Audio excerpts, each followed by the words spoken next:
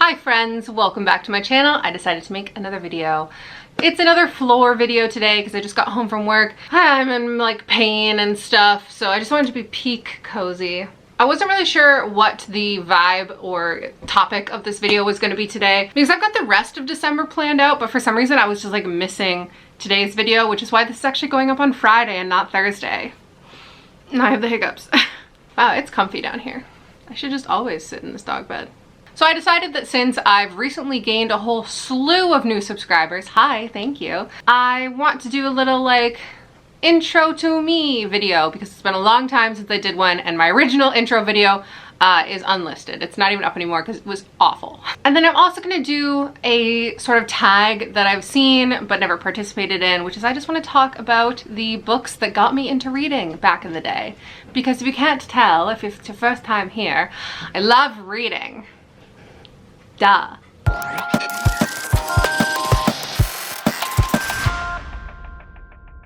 So yeah, hi, my name is Julianna. You can call me Jules if you like. I'm a Canadian booktuber and bookseller. I work for Canada's largest bookstore chain, Indigo. Because of that, I'll just say it again, it's in my description, but none of the views that I express on this video originate from my employer and they are my own. It's worded better in the description, but I'm supposed to say that and do hashtag Indigo employee on all my posts, which I do. The main genres that I read are fantasy, horror, and science fiction. I forgot science fiction. Fantasy, horror, and science fiction.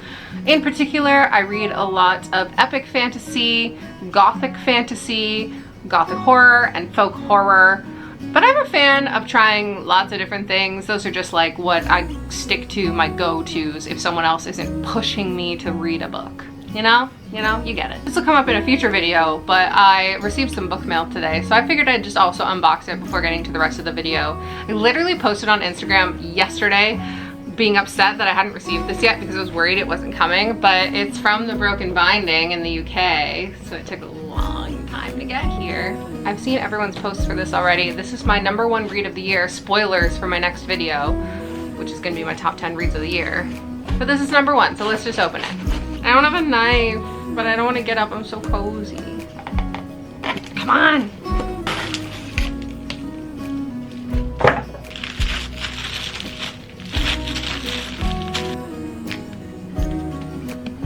We're going to do a quick photo shoot with this before I open it. It's so pretty. Oh my gosh. Oh, it's The Will of the Many by James Islington. So I got distracted by its beauty. I forgot to talk. Wow.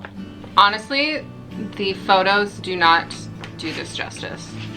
This is so much prettier in person than it is online. Thank you, Broken Binding, for existing. Okay, should we do the video now? The actual video. I'm gonna be very careful with this. So, hi. I started reading, I don't know. I started reading when I was quite young. My parents promoted reading and books in our house all the time, so it was definitely something that started for me at an early age. I know that the first book I ever read was the BFG by Roald Dahl. It was being read to me, but it was the first time I read a chapter of a book by myself, and it was celebrated in my house. I remember we like printed out the chapter and put it on the wall or something and like wrote on it that was the first thing I ever read. So reading was a big deal in my house. As I got older and started discovering my own tastes, and by older I do mean still like 8 or 9 or 10, I got really into Archie comics. For whatever reason, my parents didn't really vibe with that, so the rule became every time I finished a book, I was allowed to buy an Archie comic. Now, I don't agree with this as an adult with my own opinions. I think that reading comics and graphic novels and manga counts as much as reading as chapter books do, so. But that was their rule, and it definitely influenced me to read a lot more books because I wanted those Archie comics. I needed to know what they were up to. And as a lot of children did, the first books I really got into was the Magic Treehouse series. I still have most of my originals, not all of them because I own hundreds of these. I only have maybe 20 in my house now. I don't know what has happened to all of my original ones. These books are really easy to get through, and they introduced me for the first time to Camelot and Arthurian legend. So if you know a little bit about me, I am obsessed with King Arthur and Camelot and everything Arthurian. It makes me buy books that I don't actually want to read, but if they are Arthurian in any way, they're mine. So Merlin and Morgan Le Fay are characters canonically in the Magic Treehouse books, and then one of the books that I read still every Christmas is Christmas in Camelot. So we do leave the realm of the real, like these guys, and go more into quote-unquote fantasy in these special hardcover ones, which are usually for holidays or specific times of the year. Here's a story, okay? Would you like to hear a story? I stopped buying these books when I was about 12 or 13 years old. I was still actively buying them and reading them because she doesn't stop. There's still new ones. But I went into a local bookstore when I was about 12, 13 years old and went to buy the newest one that was out, and the woman at the cash register straight up to my face told me I was too old to be reading these books and my mom wouldn't want me spending my money on them. And I was so ashamed that I never bought a Magic Treehouse book again.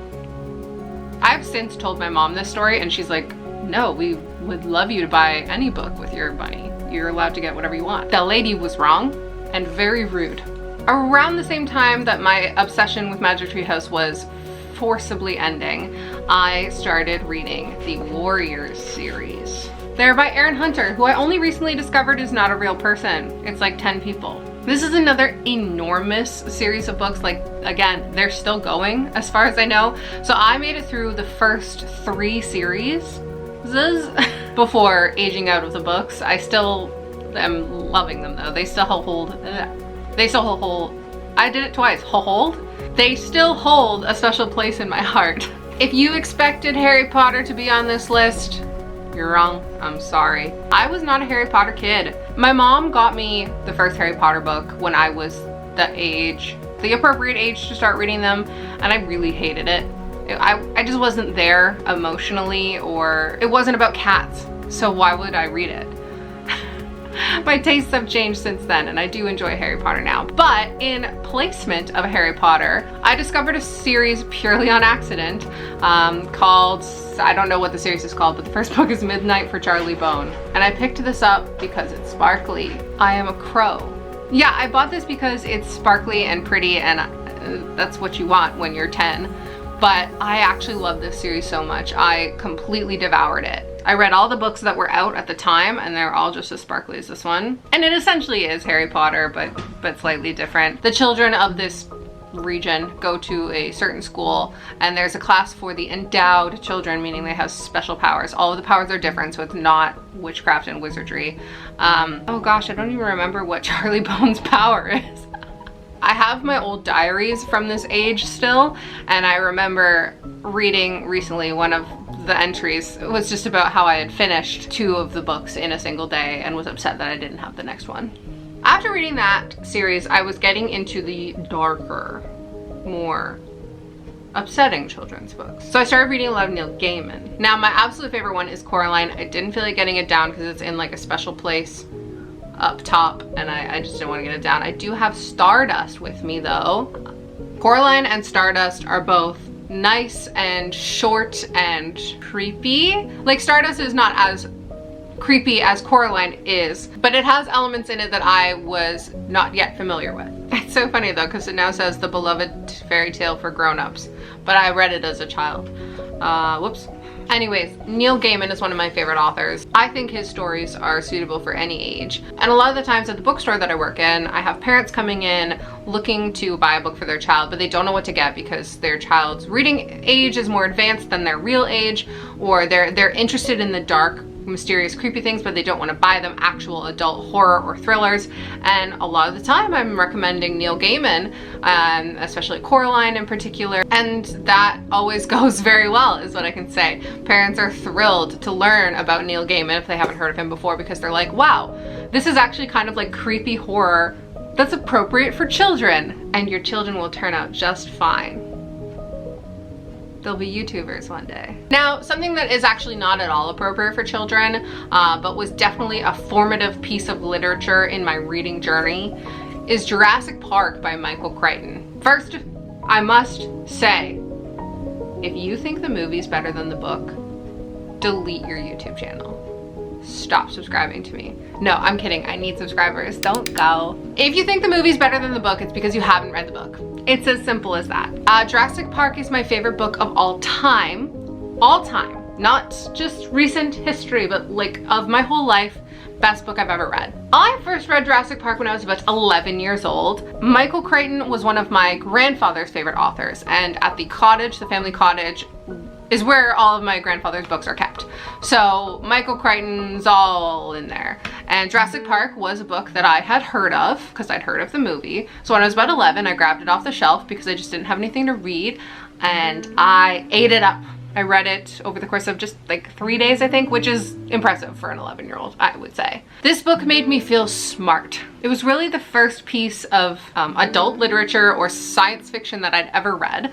And if you don't know about Michael Crichton, he is a real life doctor. He's a very smart man. So this is full of scientific terms and footnotes that I was learning things, and I loved it.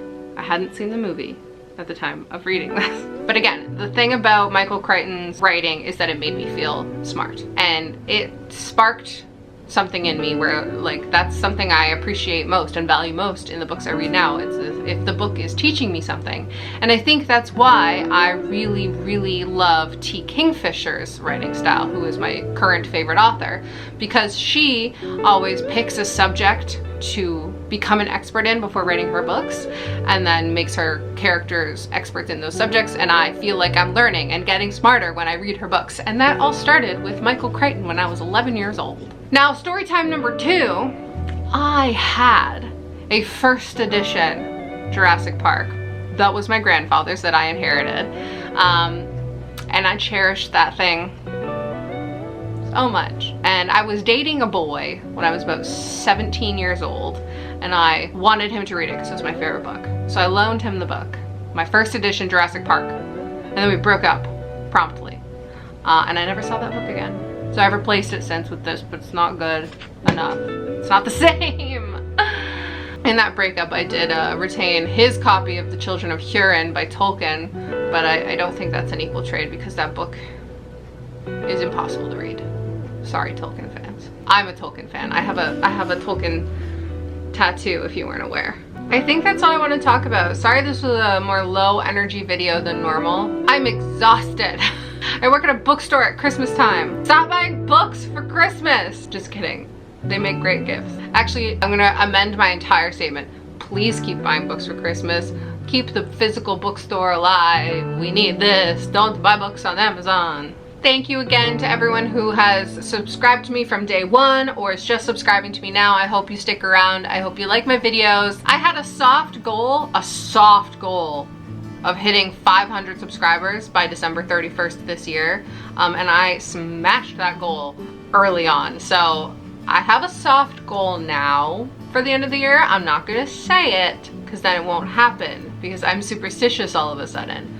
But thank you guys. I really do appreciate you all being here. This is so much fun for me to do, and I'm gonna keep doing it for as long as it's fun. I'll stop if it's not fun anymore, but I'm enjoying it a lot right now. My hair looks weird. Before I go, don't forget to like and subscribe and ring the bell icon so you know when I upload new videos. I upload 2 days a week. I love you guys. Goodbye. That's it. We're done. Oh. All of my videos are gonna have me being physically harmed in them.